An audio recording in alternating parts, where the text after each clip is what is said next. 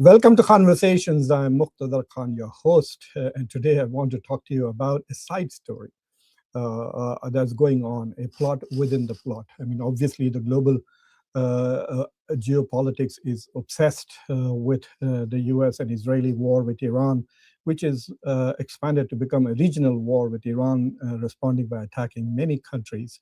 But what is also important is the fact that Iran has nearly held the whole of world's economy hostage by closing the Strait of Hormuz, a reality that should have been apparent to the Trump administration before they invaded Iran, or rather attacked Iran. So the Iranians have managed to completely block the Strait of Hormuz, blocking 20% to 25% of global oil supply and also the same amount of natural gas, and therefore creating an energy shock, which has really upset the global supply chains and is impacting economies everywhere.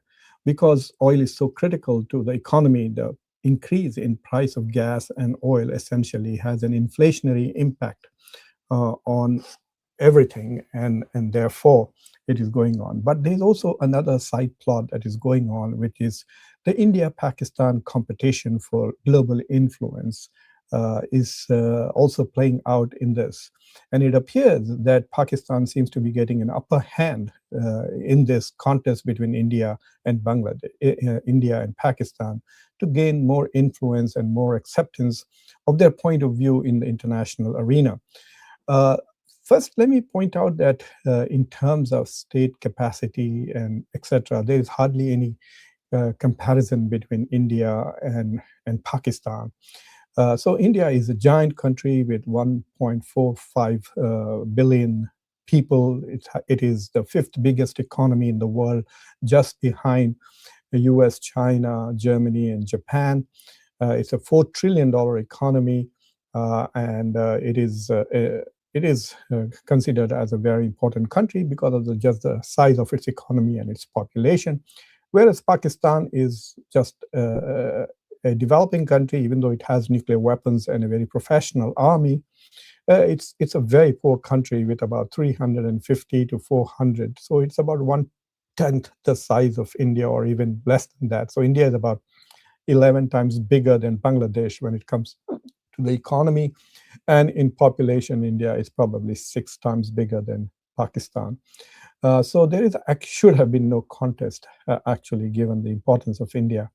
But unfortunately, the leadership of India has become extremely incompetent when it comes to foreign policy and diplomacy. India, especially under Prime Minister Modi in the last 2-3 days, has done a lot of self-goals. For example, Modi's visit to Jerusalem just 3 days before the war started, declaring that with full conviction that India stands with Israel, and thereby completely alienating itself from Iran and other countries in the Gulf. India is at the moment the president of BRICS, BRICS. BRICS is a collection of countries with 10 members, of which India and Iran are both members.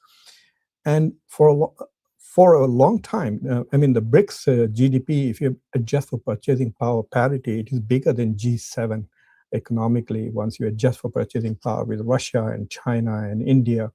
But BRICS, which is supposed to be the alternative to G7, the new emerging economies, is silent when one of its members is being attacked by the US and Israel. Iran is a member of BRICS. And the only reason why that is happening is because India is the president, and India is failing to provide the leadership that BRICS countries are seeking. India has completely aligned itself with Israel, and therefore it is actually acting like an Israeli agent, even in the BRICS, unable to have this. When last year, when the SCO, Shanghai Cooperation Organization, issued a statement condemning the United States and Israel for attacking Iran, this is 9 months ago. At that time, India was the only dissenter. Because of India, SCO was not able to issue a unanimous statement because India was there. So India's foreign policy nowadays is just about to suck up to the US and suck up to Israel. That is what they are doing.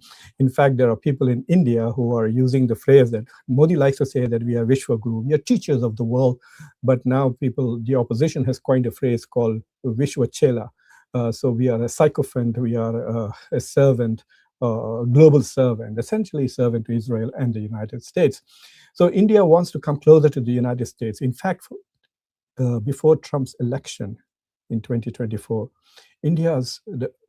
there was a lot of talk about how India's diplomacy is so great because Modi was going around hugging all these big people all over the world. So Modi is hugging Joe Biden repeatedly, Modi is hugging Putin, Modi is hugging Xi Jinping, and so all this chappy diplomacy, as they call it, hugging diplomacy. That was supposed to be that Modi has this great relationship, he's highly respected. Now he's hiding, he's running and hiding from Donald Trump, and he's still trying to be in the good graces of the US because Modi has kept quiet. Modi wants to be the voice of the global South. Modi wants to be India to be the leader on the global stage. India has repeatedly been asking for reforms in the global governance system so that India can become a permanent member of the UN Security Council. But on matters of the global South, India, which calls itself the voice of the global South, is silent.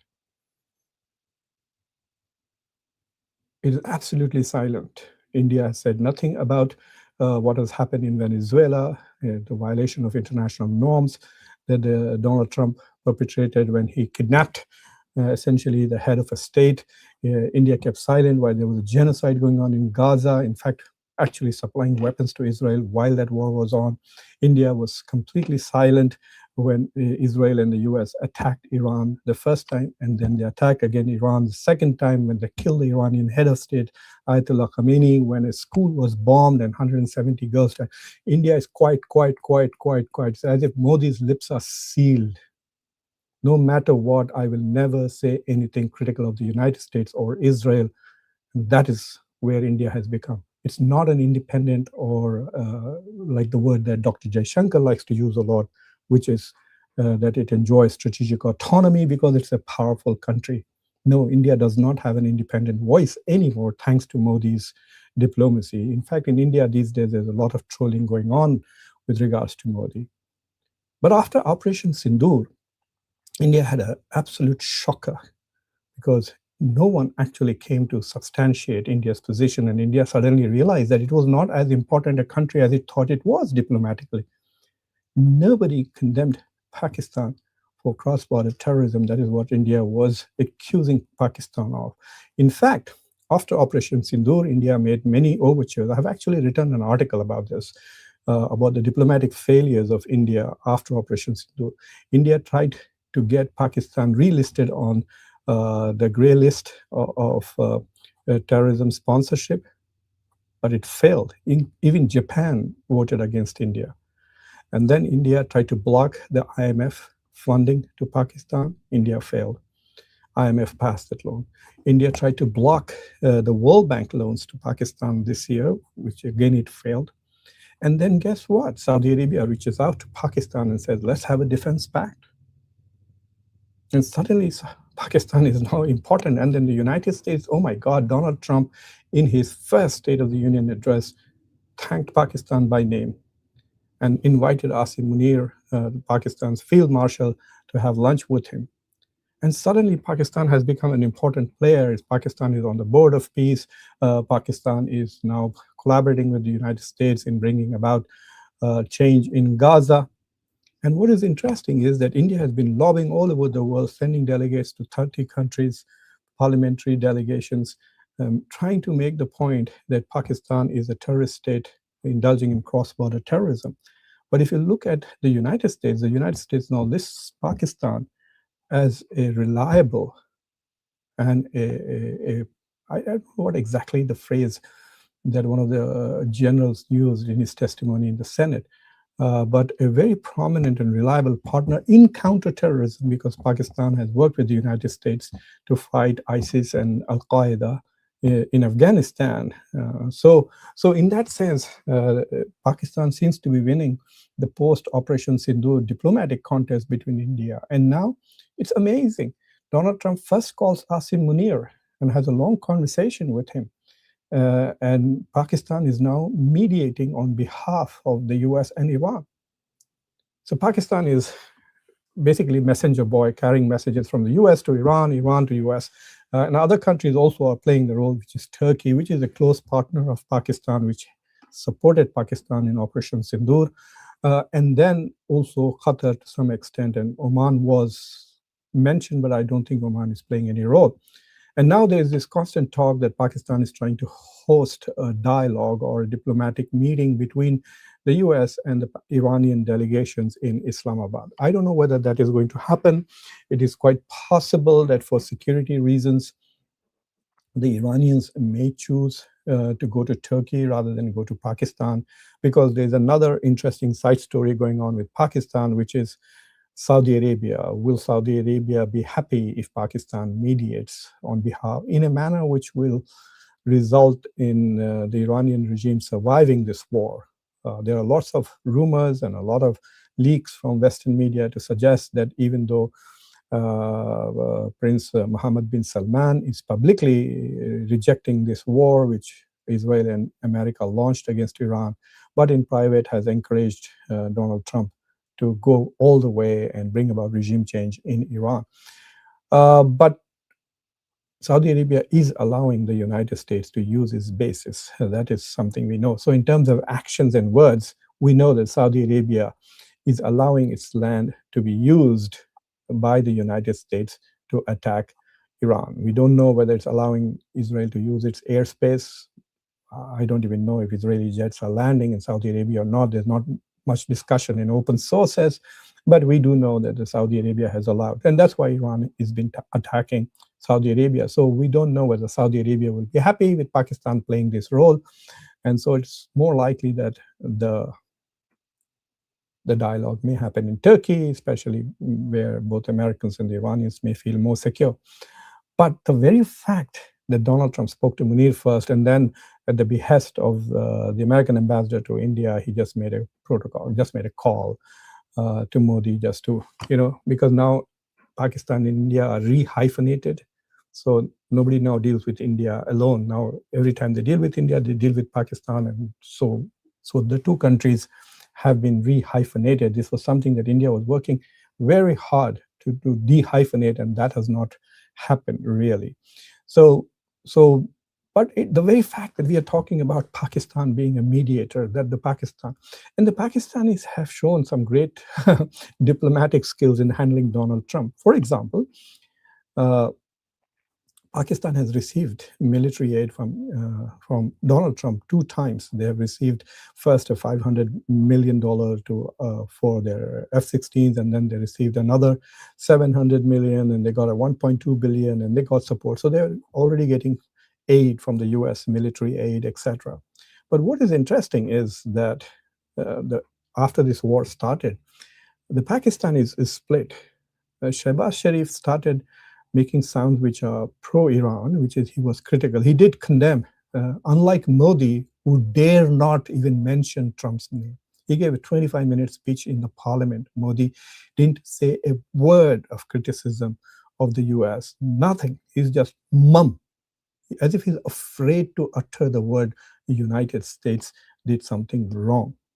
This man who talks about values and humanity, etc., has nothing to say about 70,000 women and children killed in Gaza, or the recent 170 girls killed by the US and Israeli attacks in Iran. Even the infrastructure, the civilian infrastructure that is being destroyed all over the world. It does condemn Iran, though, for attacking the Gulf countries. But what the Pakistanis did was that Shehbaz Sharif condemned the United States and Israeli attacks, and Asim Munir continues to work proactively with both Saudi Arabia and Trump. So Asim Munir, the field marshal, is talking to Trump on the phone. He actually went to Saudi Arabia to meet Mohammed bin Salman.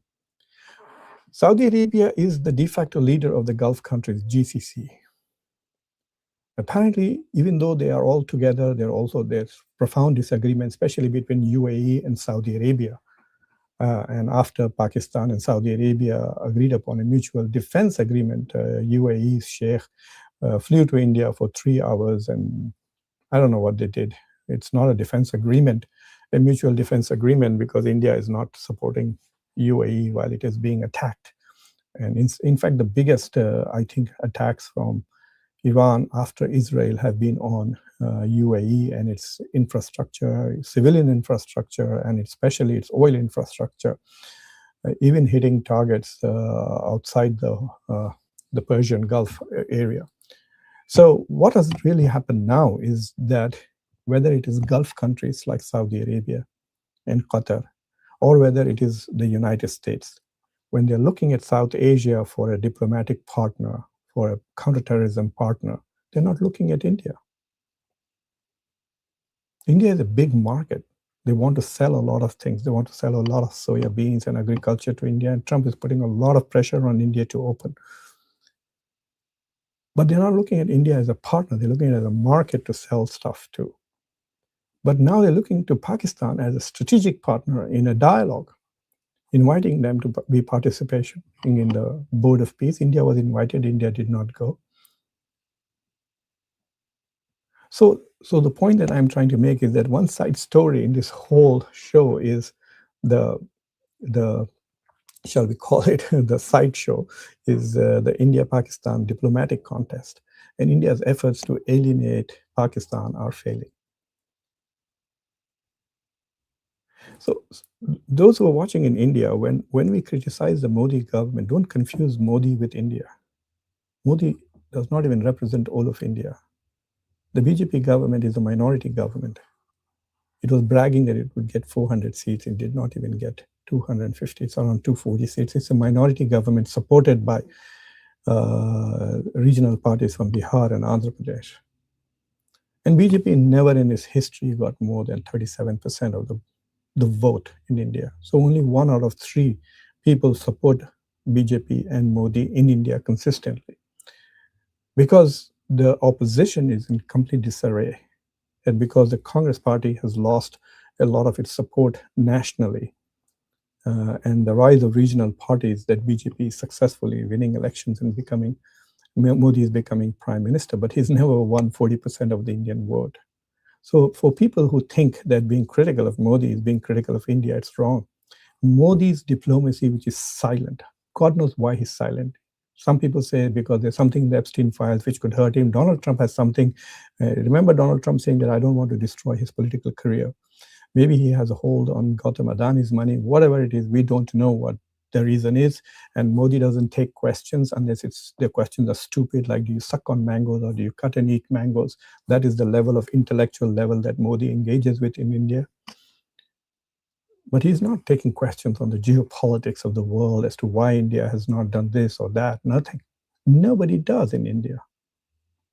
There's no such, the concept of a press conference doesn't exist in India. India talks about democracy, but there's no freedom of press. The press people, because the advertising is controlled by the government in India, most people, media just parrots whatever the government says.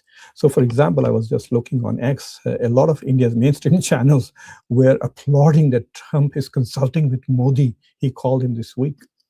That is nearly a month after the war started.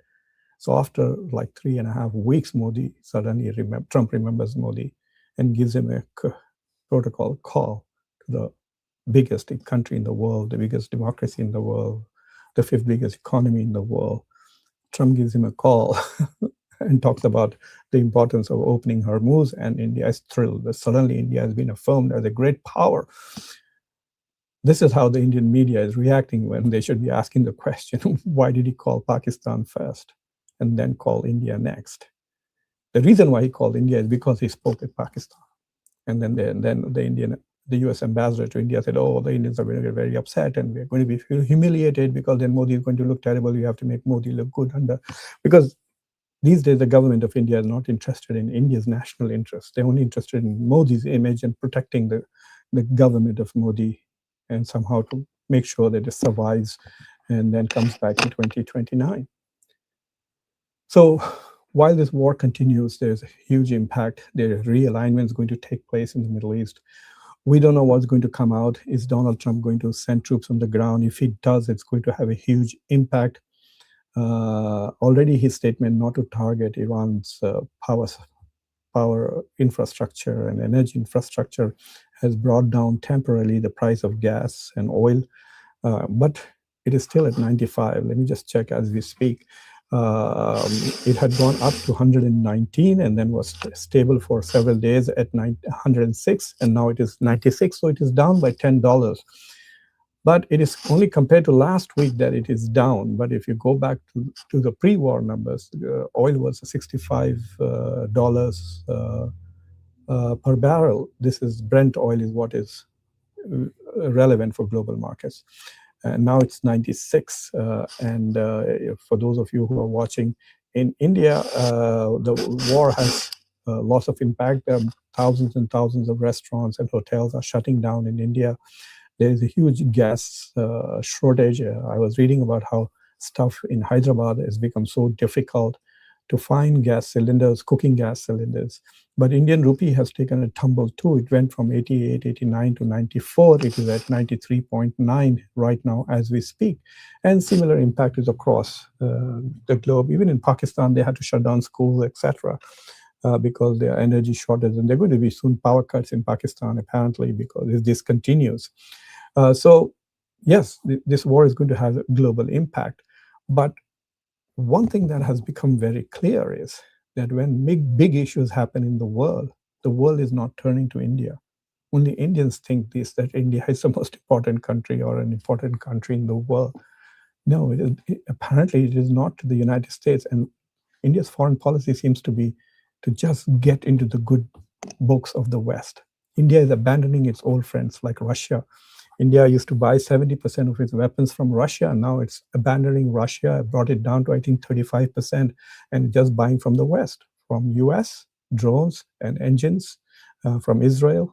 India is the biggest customer of Israel for defense, and all those billions and billions of dollars versus Rafale jets from Japan, from France. So India is chasing the West, and the West doesn't seem to care about India diplomatically at the moment. And that must be terrible. I think the current government, for whatever reason, is not able to take stance. Can you imagine a ship that came to India, for example, if you look at Iris Dina, a ship that came to India at India's invitation for Milan 2026, a naval exercise organized by India. That ship is fully unarmed. There are young children, literally teenagers, on the ship, and the US attacks it and kills, I think, 87 sailors died. India does nothing, just 14 nautical miles. So it's outside our national border. India says that we want to maintain the security of the Indian Ocean. India wants to be the leader in the Indo-Pacific, and it can't take responsibility of guests who came to your country just to 14 nautical miles from your shore. It was Sri Lanka which came to the rescue. India is so afraid of even saying one word that could irritate Donald Trump. And that is why India is losing this diplomacy contest with Pakistan. In India's efforts to try to alienate Pakistan, it is alienating itself. And Pakistan is increasingly, thanks to Donald Trump's efforts, becoming more and more central. Pakistan doesn't have much leverage in Europe. It had lost its leverage in the Middle East, but now with the defense pact with Saudi Arabia, it has become central. Saudi Arabia is easily the most important country in the Gulf, and it is aligned now with Pakistan. The United States is easily the most important country in the world, and is reaching out to Pakistan, not India, to do its second-tier diplomacy. Anyway, that's the point that I wanted to make. Thank you for watching Conversations. Do like this video, press the bell icon, share this video with your socio-political network, and don't forget to subscribe the channel. Try and become a member if you can. I will be coming back again to talk a little bit more about other issues that are very important, particularly about BRICS. So I will be back at 10:30 p.m. India time, 1 p.m. US time, and speak in Hindi and Urdu about what's happening to BRICS. BRICS was supposed to be the alternative to G7. The alternative global structure without Western hegemony was, but where is BRICS? Iran is a member of BRICS, and there is no statement from BRICS. Come on, it's been a month now. Surely they have some internet connection. They are able to talk to each other on the phone or Zoom. Maybe they are sending handwritten letters, but even they should reach by now. So, what is happening with BRICS? We'll talk about that 1 o'clock. Take care.